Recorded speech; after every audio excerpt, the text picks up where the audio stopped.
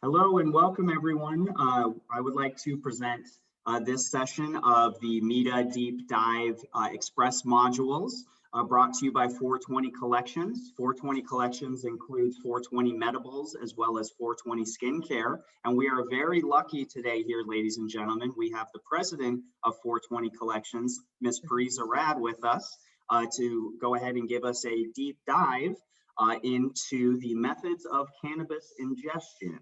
So we got a lot of good information for you here today, a lot of things that have been changing, new trends.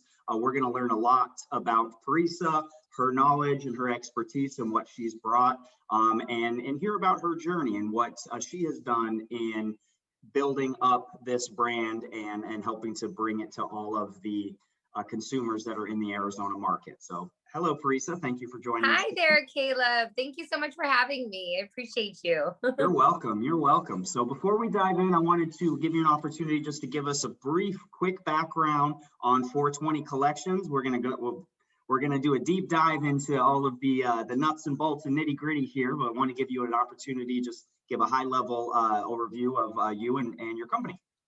Wonderful. Thank you so much. Yes, my name is Parisa Rad.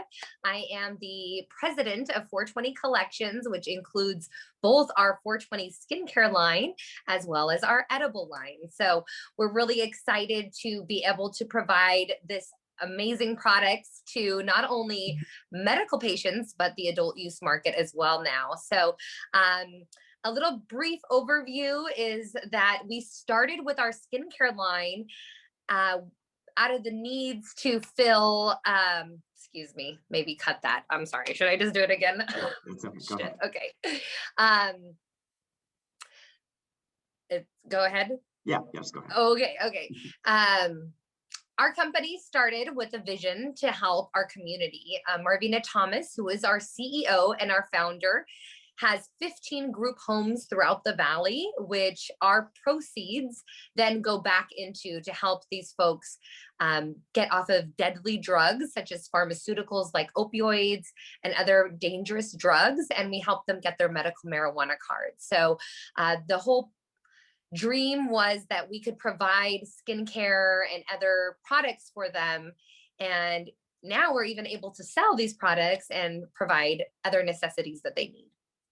That's awesome. So that's awesome. So I what I heard is that there was a need and opportunity to be able to give back to help those that were just needed some support, needed some resources, and saw that as an opportunity to help them. And it's led into future business opportunities, empowerment and bettering lives. That's amazing. That's tremendous. So thank you for sharing that, and thank you for all of the work that you and your company have done. So thank you very much. Thank you. We're going to go ahead and dive in. So again, this session is about the methods of cannabis ingestion. So let's go ahead and get started. So Parisa, what are the common methods of cannabis ingestion? Well, the top forms of, God, I don't know what's wrong with me. Okay, let me just do that again. Okay. The top methods are inhalation, oral, sublingual, and topical. So there are 4 main ways to consume this amazing plant. Okay, can you explain a bit for those of just who like sublingual, does like maybe a couple of differences between them as far as what their kind of effects could be, experience, just a little bit more of a background on those. Yeah, absolutely. So the sublingual is going to be a method that is entered through your bloodstream. You're going to place it under your tongue, in your mouth, and it will enter into your bloodstream, and that will be how you receive the cannabinoids. The difference between a sublingual and an oral application is that the body actually has to metabolize this product when taken orally. So the onset and feeling of the cannabis usually is extended. So it will take a little bit more time to feel the effects of the medicine. Whereas with a sublingual, you might feel the effects a little bit sooner.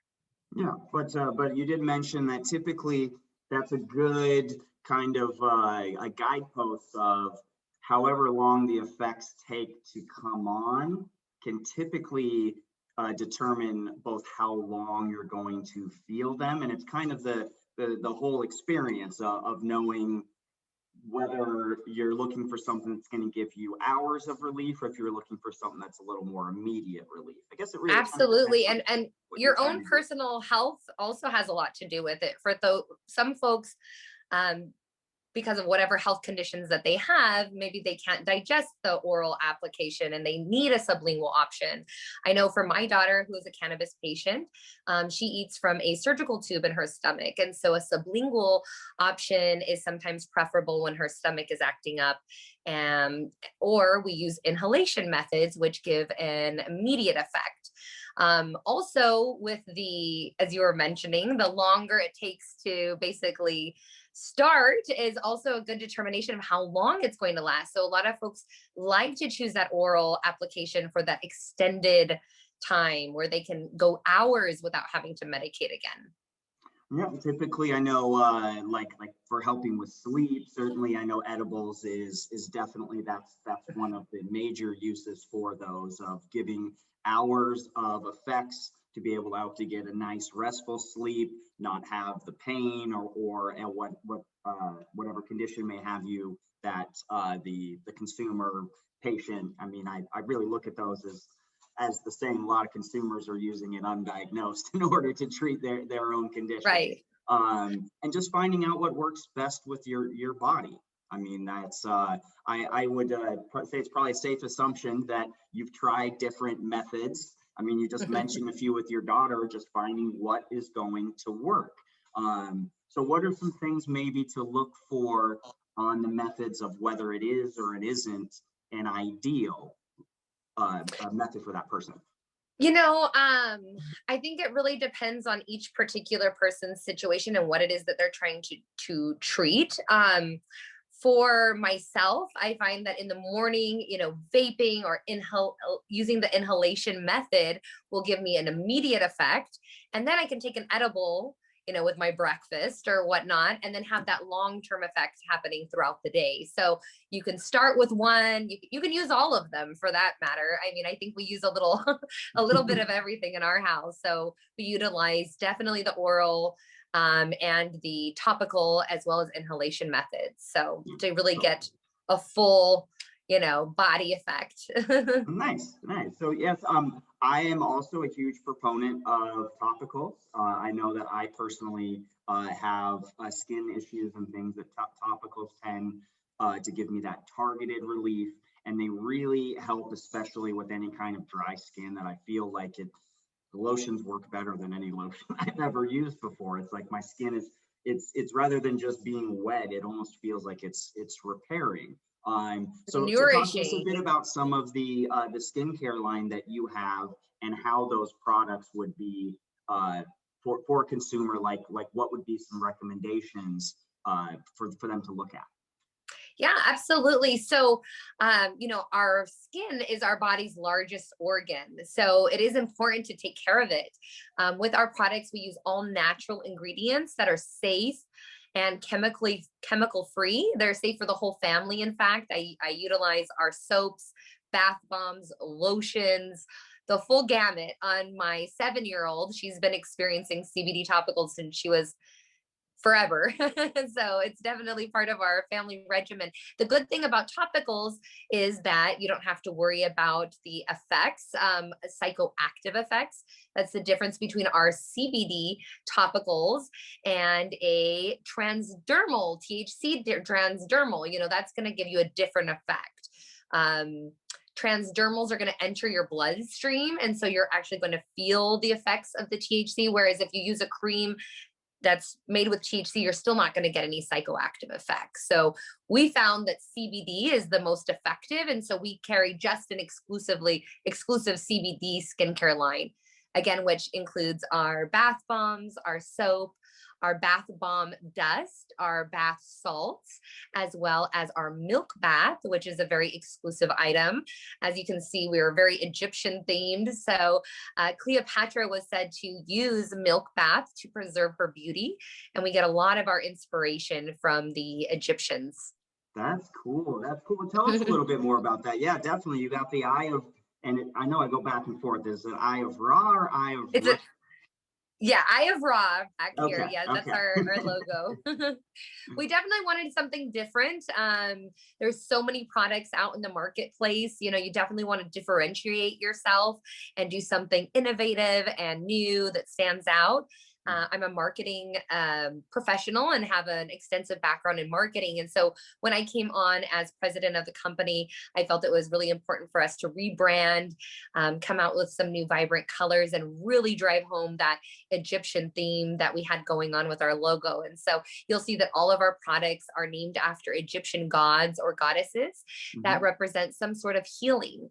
So there's a little history and education along with all of our products. I love it. Again, I love it. and we also source a lot of our ingredients for our CBD line from the Mecca of Beauty, which is, of course, Egypt. So nice. No, that is amazing. I mean, I think I continue to learn things every day. I mean, I've been studying cannabis for 20 years, and I still find out new things. I didn't know about Cleopatra and her bath bomb. That doesn't surprise me. I mean, I think one of the earliest references to cannabis and actually using it from a distillation method is in Egypt as well. So being able to distill those essential oils, things just seem to come full circle.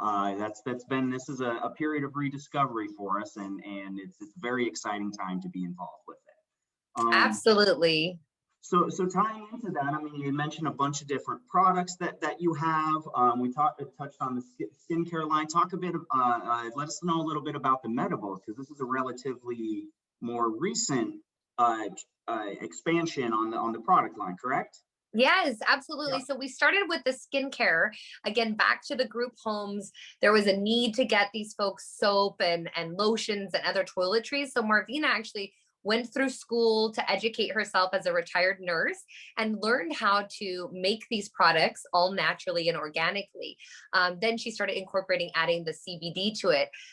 When the skincare line took off, we thought, why not create THC products as well? Many of the folks who are staying in the group homes are recovering from other drug addictions, such as opioids. So we really wanted to create familiar flavors that weren't going to trigger anyone to feel guilty about their cannabis use, because a lot of us have been trained to believe that cannabis is a drug and a gateway drug and bad.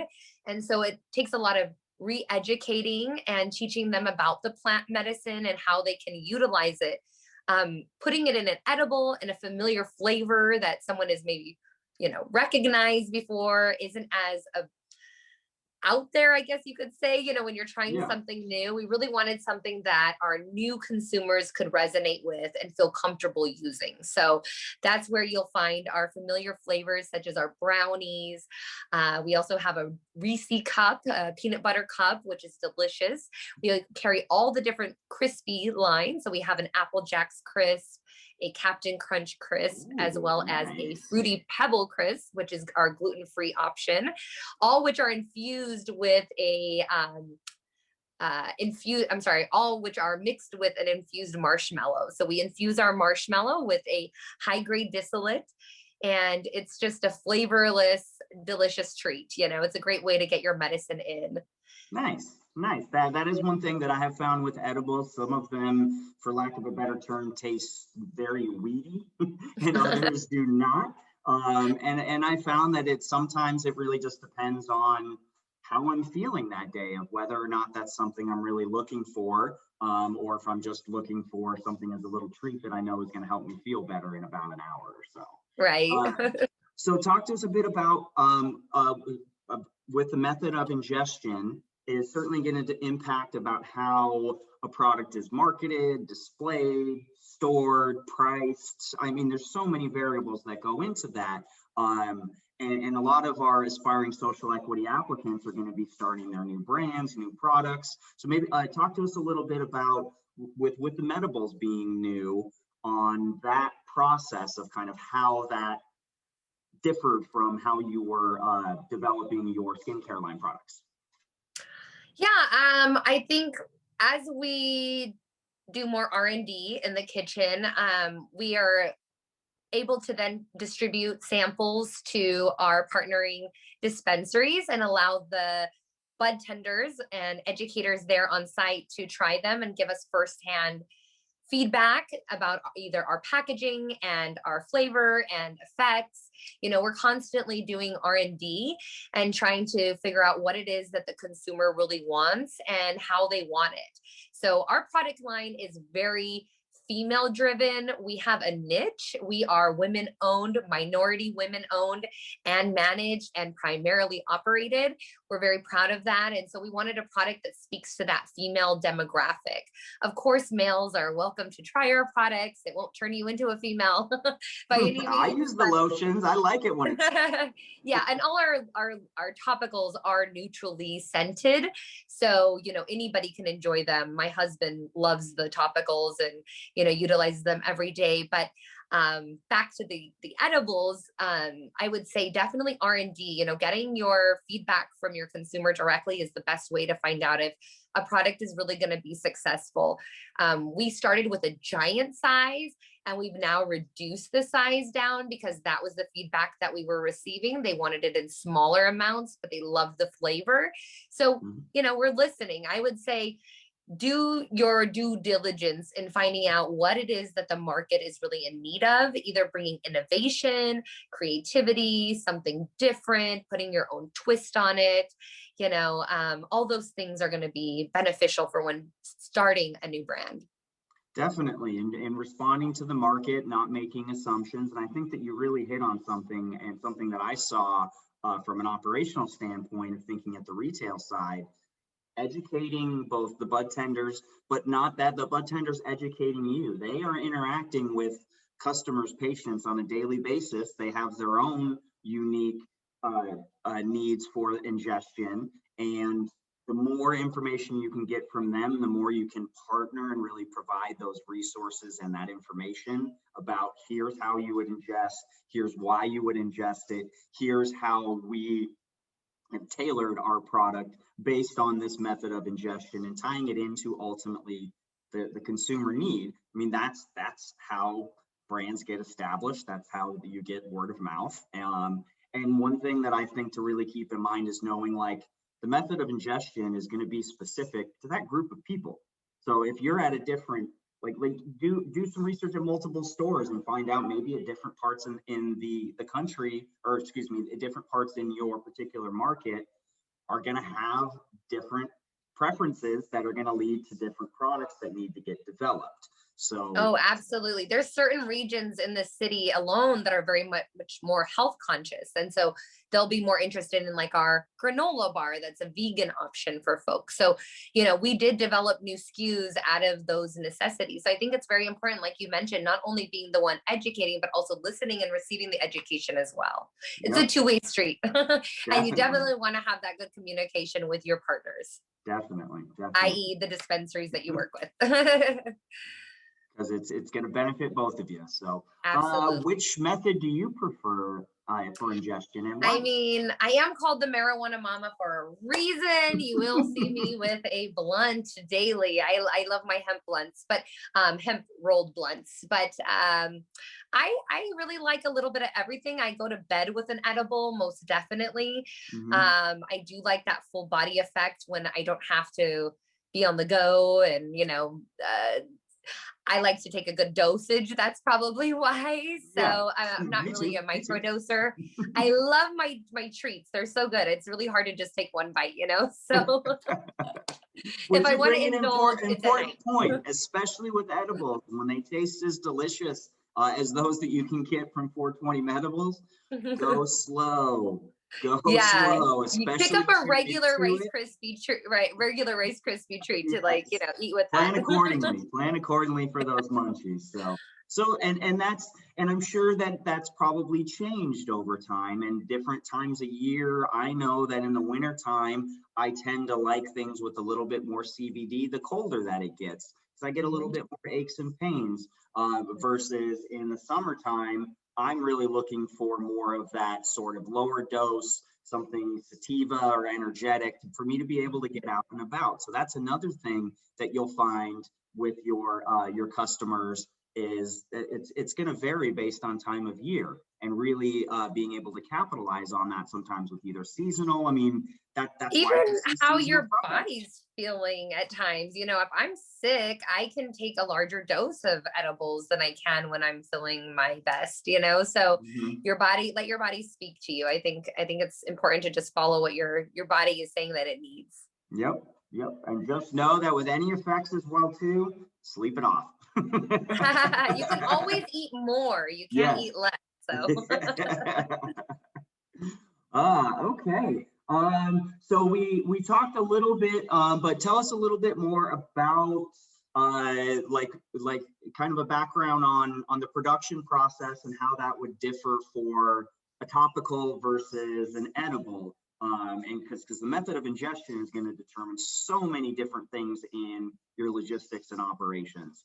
So maybe I want to hear about a couple of different ones. You mentioned some bath bombs and some other things. So maybe give us an example of like how even in the skincare line, things can vary based on how that method is of rubbing on versus soap. It's like yeah, expand on that. So as far as production is concerned, I would say we actually have two separate production facilities, one specifically for our CBD and one for our THC. We are not mixing the two just to keep them completely different. We have so many more ingredients for our skincare actually than we do for our edibles. Our edibles are very simple. You can read the back of the, you know, and see there's like 3 ingredients. It's cereal, marshmallow, butter. Well, that's good. That's also, that's important. That's very important. Yeah. So as far as space, you know, that's something to consider is when you are in a production facility or production space, like how do I make the most out of this space that I have, right? So for us, it made the most sense to keep that CBD at a different facility so we can maximize the space that we had at our production facility for the THC. And I'm sorry, I don't know what other questions where else I was supposed to go with this one. I wasn't sure about you were the mentioning about so many different products. So there's maybe talk a bit about on so you're talking about on the edible or the skincare line that there's so many different products. So there are things like you have to time when they're coming in, like maybe just to think about a little bit of sort of the high level logistics of like planning production of what goes in versus when you're making an edible, like maybe like high level steps of like, this is what you have to do. I'm not asking for any secret sauce here. I would just, I mean, honest, I don't know if you're going to still record this part, but I'll just say, I would say that pre-planning for everything and giving yourself an extra window is going to be your best friend, because things happen in this industry and they don't happen on your timeline. So, you know, as far as like packaging and pre-planning for all of those other, I don't know what else to say about that. I'm sorry. Yeah, I don't know. Okay. Yeah. I don't know what you want me to say. No sweat. Here, okay. We'll just go on to the next one. So, okay. Yeah, it's no sweat. We kind of covered some of the stuff. Well, I could talk about sourcing, like, you know, your products from, because the thing is, you don't want to wait till the last minute. Obviously, if you're buying in bulk, you're going to want to source your. Talk about that. There we go. That's perfect. Okay. Yeah. Okay. When you're manufacturing on a larger scale, you're obviously going to want to make sure that you not only have enough space for all your ingredients, but that you have enough ingredients and you want to source them at the best price possible. So, you know, sourcing those relationships and determining where you're going to get your ingredients at is going to be an important part of the step. For us, we had this whole chocolate fiasco. We have some items that are made out of chocolate, and because of COVID, all of these chocolate facilities and production facilities that we were previously getting them from were slowed down, or they weren't able to produce at the same level. And so we had to then find new manufacturers of the chocolate. So it was a little bit of a challenge. So I would say line yourself up with a couple of options. So that way, in case one of them is no longer available, you have a backup, you have a plan B and C. So that way you don't have to stop your production. Yes, very, very, very important is I think what Murphy's Law certainly applies. And I think that's the difference in successful businesses versus those that aren't, is they run into a challenge where you could say, oh, well, I could throw my hands up, but I don't know what to do, versus let me go and solve it. Let me go and find it, because you're going to run into those things. And I think that's why you guys have been successful, of being able to pivot, recognizing need, being able to map out what's going to be needed where, and it's the planning stages to ultimately of making sure that you've thought through, but not overthinking it to where you just don't ever make a decision. Yeah, you definitely don't want to give up. I mean, you're going to get so many no's. You're going to have so many doors slammed in your face, and you're just going to have to, like you said, the word was pivot, learning to pivot. I don't know how many people told me we're not making this chocolate anymore. Like, this chocolate is just not available. And I'm like, what? It has to be. So we went and did our research and we found it somewhere else. Thank God, but I always tell people, don't listen to your first no, keep doing your own due diligence. So. And same thing could be applied as far as like developing on the cannabis ingestion. You may have in your mind that this is the product I want to make because this is what works for me. And then remembering that when you're going into business, you're looking to solve for other people. And if you have stuff that you like, okay, that's great. These are my favorites. I got to remember that there's other tastes, there's differing conditions, there's differing needs. So remembering to kind of take that feedback, have those discussions, what we already discussed about doing market research with the bud tenders and finding out what's out there, because otherwise you could miss out on an opportunity that you're poised to capitalize on, because you have all of the raw materials, you have the right equipment, you have the ability to do it. You just didn't know that was a new trend in ingestion. Because absolutely. And I even want to point out to look into other states for some inspiration as well. We're not doing everything here yet. We're still, we're still developing ourselves in this market. So it might even be beneficial for them to look at other markets who are a little bit more developed and what they are creating and what are their products that are popular. They may not have even hit our stores yet. So. Yep, and not even just the States, it could just be part of the culture of this might be a new thing that's even developed, of looking at some of the legacy markets like Amsterdam, right. What's happening over in Israel. They're doing a lot of research in the UK, and just new things are happening. I know that a couple of the new things that I've seen, it's basically the equivalent of the breath strips. Oh yeah, I love the breath strips. So that's a new one. And then also one, it's a measured NDI. I can't remember what the acronym stands for, but it's basically the measured inhalant device, to where each one is a very designated dose, and it's similar to like an inhaler, and it can be used actually sublingually, that I discovered that was part of what they designed it for, but I used it that way, and it would be effects in about 15 seconds, which is looking for immediate relief, and then had worn off within about an hour. So it was the perfect thing that if I'm having pain and I have something that I need to use to be able to get through that period, knowing that it's not going to set the tone for the rest of my day. Right. Yeah, really, really cool stuff. So, okay. So much innovation in this space, and then there's much. Some brands that you're like, what are you doing?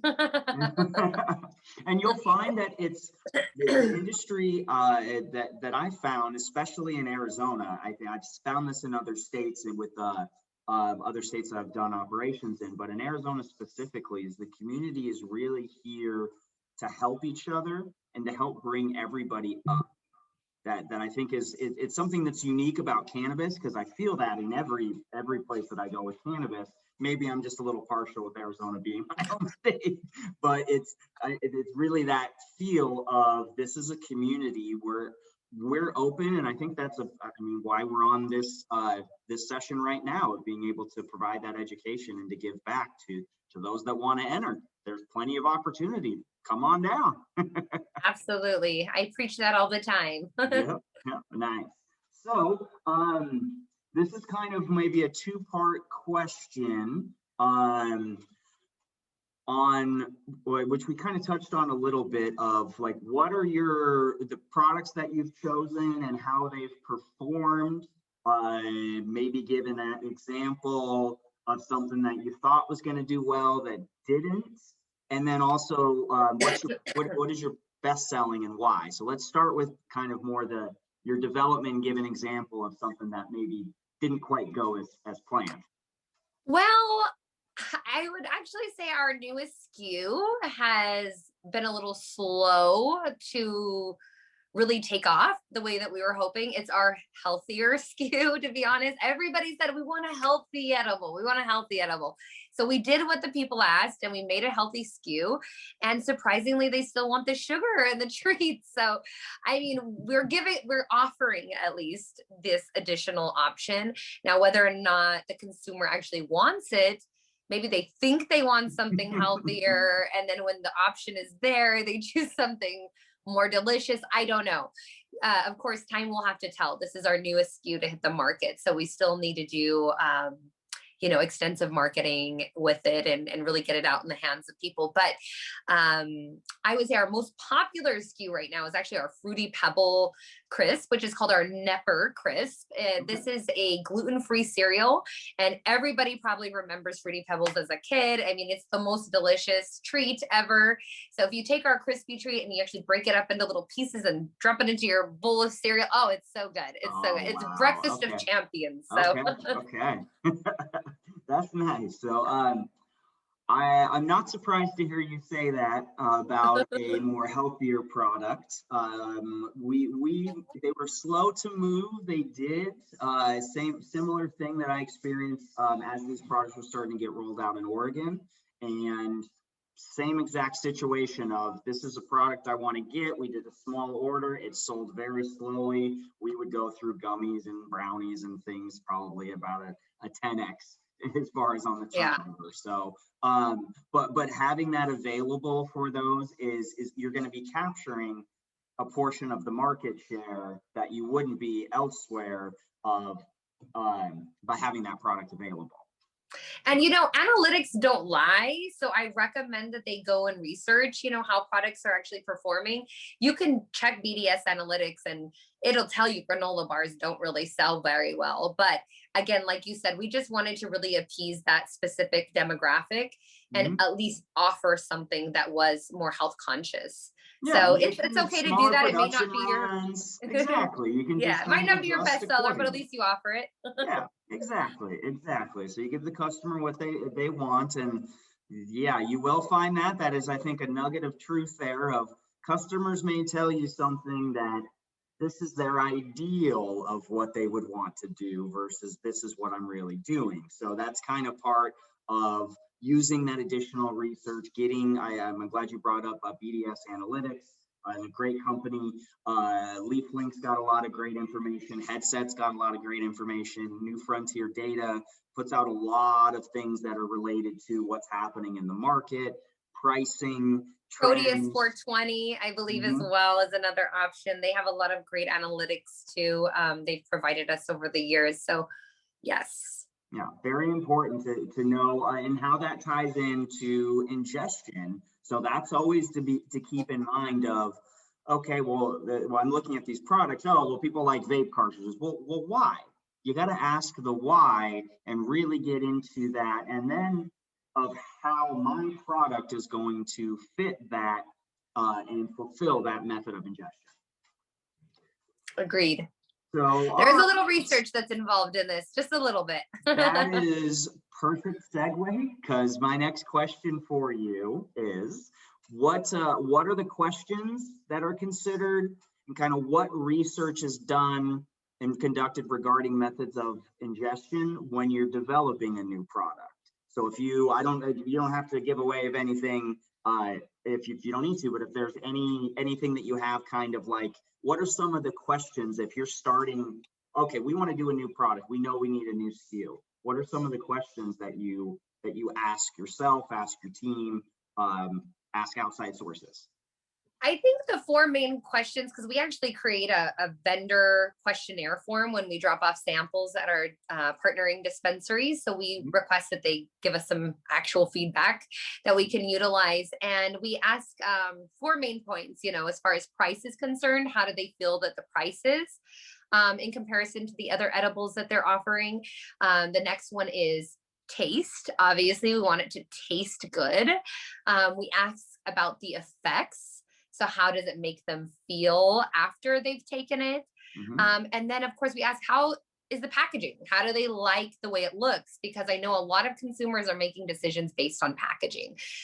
Is it easy to maneuver? Is it easy to store? Is it easy to reseal? Can I, take a bite and then save it for later and come back to it? I mean, all of these things are going to play a factor in whether or not the consumer likes and enjoys your product. It's not going to just be one of these things. It's going to be a combination of these things. So you really want to consider all of those top items, I would believe, when developing a new product. Is this going to beat the market? Is this going to be comparable to the other products that are out there? Are people even going to want to purchase it? Or is it way off here, way too expensive? So these are definitely things to consider based on your milligram dosage, of course. Yep. So you'll want to do some research about other companies who are providing the same products out there. And again, you can create your own questionnaire form and provide those to folks who are trying your edibles. It can be friends and family. I definitely recommend industry feedback because they're going to have the most reliable current feedback for you. Yeah, different perspective. And it's important to get multiple perspectives on it, because that's how you're going to start to understand on how this method of ingestion ties in to a customer type, ties into a lifestyle of really being able to ask that. And I think you hit on a really good question, or two points I wanted to follow up back on was one of them about not just the effects while you're on it, but like what are the after effects? Because that's one thing that I know, that there's some products where it's like, all right, it gives me a nice good effect, I can get through the day. When I'm basically like the effects are waning, I either can feel a crash where I get really tired, or like my pain comes back like twice as strong, or is it more of like it eases you sort of into the rest of the day? And a lot of that has to do with the product formulation and what it's designed to do. So that was one thing I really saw that's really important to understand about that, of when you're developing that product for the method of ingestion. And with different methods of ingestion, you're going to have different after effects, other things that are going to impact. The other part that I really liked was standard questions that you ask, that you've developed, that you've planned, talked about planning a lot, that you planned of what you wanted back from your vendor. You already had conceptualized of these, I know, are my pain points. And is it safe to assume that those questions were kind of developed through some internal discussions to get to where we want, like what you wanted to find out about? Oh yeah, absolutely. I mean, those are the main things. We want to make sure that our products are effective. Do we need a higher dose? Like, what is it that they want? How do they want it? And what size do they want it? I mean, all these things are so important. We want to create products that people actually enjoy, and the majority of people. Obviously, you're going to have varying personal preferences. You're not going to make everybody happy, so don't kill yourself trying to be that brand for everyone in the marketplace. It's okay to be niche. I mean, there's so many products out there. So create a demographic that you really want to go after, and then create that product perfect for them.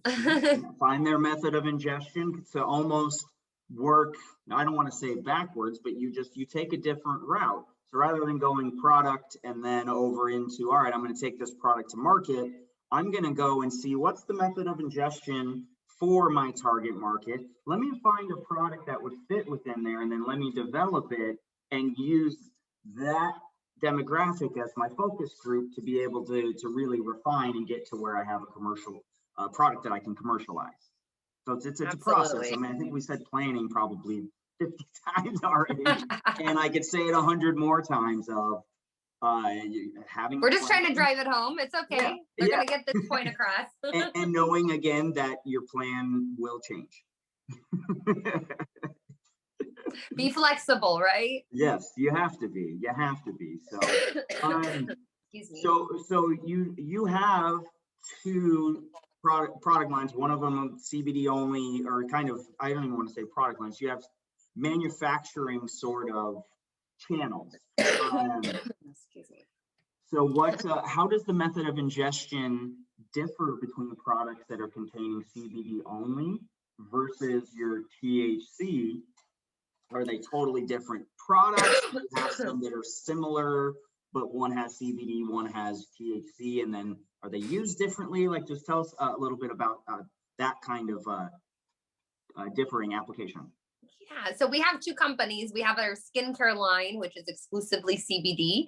At one point, it was a THC topical line, which we ended up doing away with because we found that CBD was just as effective when using a topical. That was for our demographic and the R&D that we did. Of course, everybody to each their own. There's plenty of people who ask me for and request a THC topical, although they understand that it will not give them a psychoactive effect because it's not a transdermal. So you may have a market for that. But we decided to really focus all our energy on our edible line. Again, it had a lot to do with logistics. We have a limited space to work in our production facility. So we really needed to focus on what we needed to bring to market, which was the THC edibles, which are going to give you that psychoactive effect and all of the other wonderful effects that folks are looking for. So that is the main difference between CBD and THC, is that THC does have a psychoactive effect, whereas CBD doesn't. The other main difference between the two is the fact that there's far less regulation on CBD, which also means that there's going to be a larger market for you to also sell to. There's not an age limit. There aren't as many restrictions. Pets can use it safely. I mean, there's just so many uses for CBD. I would say those are going to be your main, and also financial barriers. CBD is a much easier market to enter into because of the regulations just aren't as extensive, and the costs to enter the market aren't as strict either. So those are the main differences between THC and CBD. For our specific production, again, yes, we do separate and we have them in two different locations. And we find that folks are really happy with the THC edibles. So we're really focusing a lot of our energy there. Gotcha. And do you guys do any edibles that are CBD only, or is that solely the skincare? That's all skincare. Yeah. Okay. Nice. Yeah. And we just heard you started a product, you went a direction, you got focus, you got response back of what was being used, the effectiveness of that ingestion, and you changed. So I love hearing stories like that, Farisa, because that is business. That is product development. That is knowing finding out what is going to be best for your customer. Let's see. What is a method of ingestion that is popular that you wouldn't have known before you ventured into this business? Do I dare say the name of this product? I have a feeling what you're talking. I think I know what you're going to say. But Cannabis. You know what? Innovation is happening every day, and I'm always just impressed with the creativity that people possess. I really like a product that's out on the market right now called Sprinkle. I think that's really awesome for people who are just kind of like trying to discreetly use their cannabis and just want to infuse their beverages. But I would say, I love going to national conferences because that's where you'll find the most innovation and hearing about the newest product lines to launch. It's pretty exciting, in fact, to hear. Now you hear of not only we've got our, what was it? Oh my gosh, I'm sorry. I just forgot the name of the CBD. What is it called? Nano technology. Nanotechnology, water soluble. But now we've got quantized cannabis. And I don't know if you've heard of that. That's I haven't. Enlighten me, please. I am not the person to be doing the educating, but I will connect you with a gentleman who is the guru of this. And basically, they're developing clothing that is going to give off these frequencies where you can actually absorb the cannabis that way. That's called quantized cannabis. So you would be wearing a bracelet, a hat, something, and you can feel the effects of the cannabis. Literally, you could take it off and then it don't feel it anymore. So that's next level stuff. But wow. I think there's so many things coming to the market, and we just have to be ready and open to new ideas and new products. That is so cool. That is so cool. Definitely can be nerding out on that. Right. I will definitely introduce you to the gentleman who educated me on that. yes, please.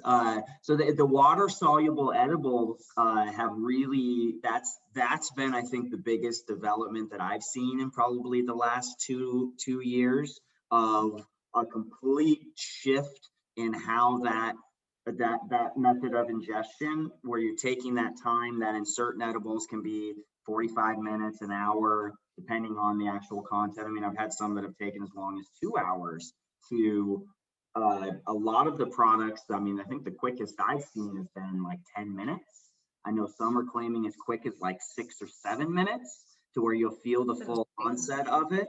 More to what we were talking about at the beginning of our session, that means that edible is not going to necessarily last as longer. If it's hitting you quicker, your body's processing it sooner. Right. So always things to think about. But I can see that from an edible standpoint, especially if you're trying to go to sleep, or you wake up in the middle of the night and you can't get back to sleep. You're going to lean more towards something that's going to get those feelings to try to get you back to bed in about 10-15 minutes. Versus taking it and then like, okay, I hope an hour's passed. Like, I wonder. So it's all about timing, and it's all about what you need it for, and that's why you choose a particular method. Absolutely. Absolutely. And hey, there's nothing wrong with taking several kinds of methods.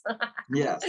And seeing which one. I tend to dab myself more than anything else. Yeah. My daughter, she's got a lot of chronic pain, and so we'll use the topicals on those isolated areas. So for example, her back, she'll get spasms in different areas. So I love to use our topicals for just a central area that's like, you know exactly where the spot is, and you want to put it on there. And then obviously incorporating the edibles for that long-term lasting effect. And for quick onset, vaping and inhalation is the best. So at this time, anyways, we don't know what tomorrow they're going to be launching. So always different. Yeah. So that actually ties into the next question of what are some new methods, or what are new methods of ingestion that you've seen in the marketplace, or maybe something, if you had an idea, like just throwing something out of maybe like where you maybe would see something happening, like this may be a new path that you already mentioned it about the clothing aspect, which is just crazy. Mind-boggling. Yeah.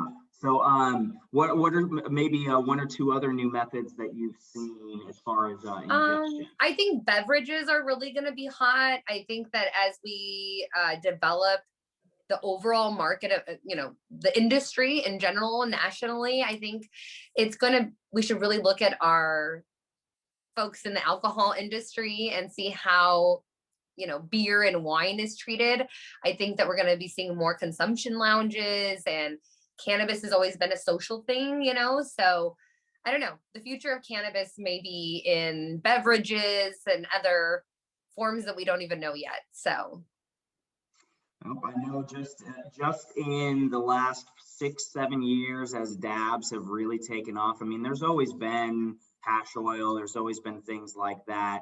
Now, both with propane extractions, I've seen a hexane extraction, seen a few other different hydrocarbons. I know that the phenomenal research they're doing with CO2 and real-time winterization that pulls out all the lipids, and it creates a totally different experience, and it's closer to smoking flower without having the extra steps of ethanol wash and things like that. I mean, those are some of the new things that I'm kind of seeing, and I think I really see more development in the transdermal patches, because they, at least from what I can tell, the technology is comparable to what they've used for in other medical aspects. But I think that there's a way of either through the combination of cannabinoids or the different ratios, or incorporating terpenes into that, because most of the patches that I see have your cannabinoids. I mean, I may have to be corrected, but I don't ever remember reading any on any of the labels or any of the products I've seen or having that terpene, and whether or not that actually impacts when you're absorbing it through the skin, which I would think it does, given essential oils and then knowing what that does.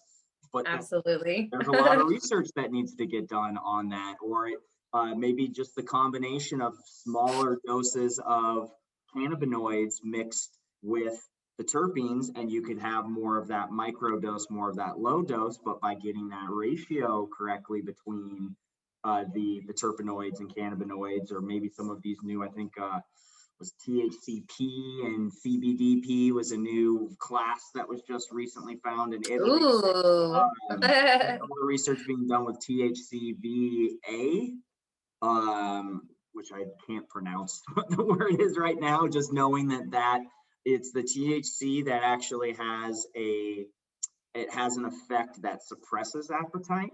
THCV. Yeah, yes, it's Durban poison is one of the most popular strains that has a very high THCV content. And yes, I'm a fan. So funny, because Durban Nobody is likes getting the definitely munchies, one of my so. more favorite strains, and 100% I could see that I never got munchies with that strain.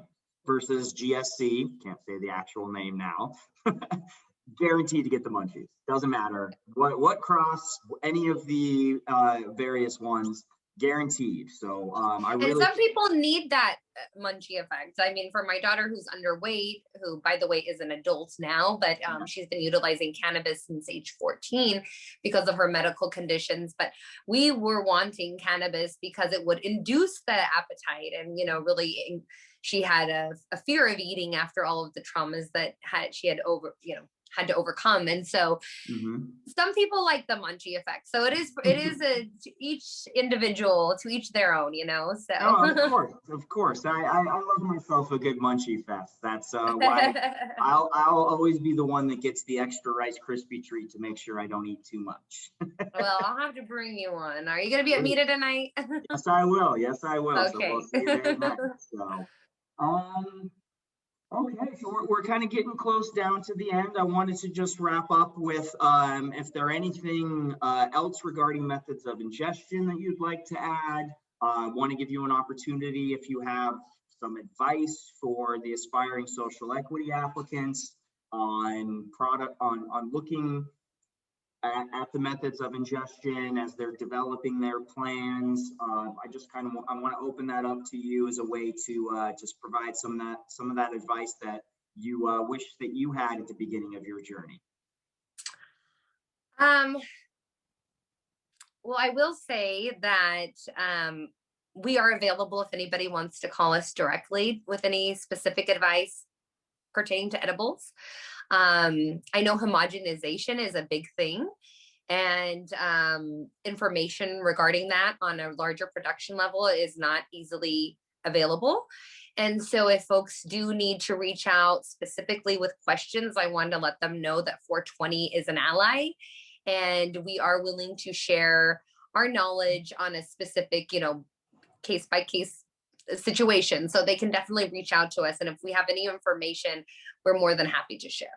Okay, nice. So with these videos posted up, Parissa's contact information will be included there for anybody that does need to reach out.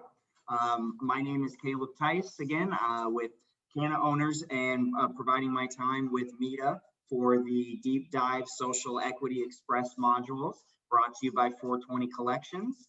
This has been phenomenal, Parissa. I really appreciate you taking the time out of your day to help educate, help provide information about your journey, what's been successful, what hasn't been, how you learned from it. I mean, ultimately, this is a journey. There's going to be the roller coaster just like this.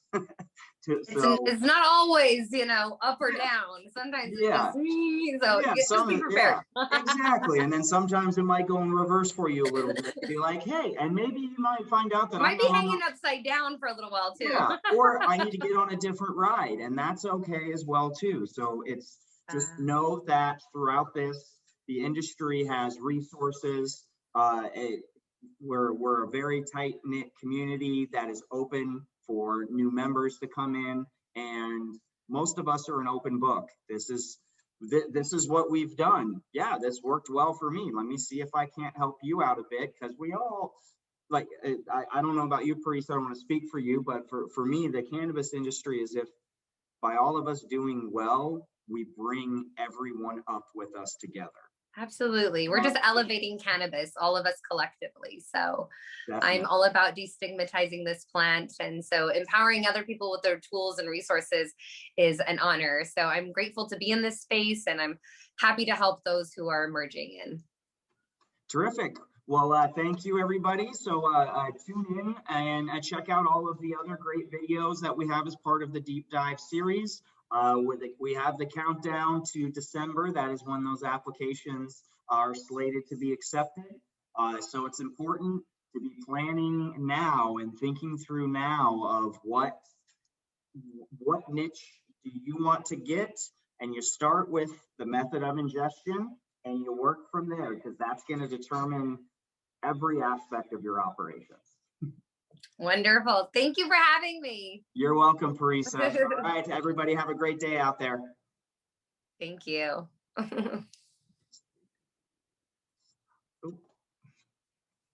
Now, there we go. Okay.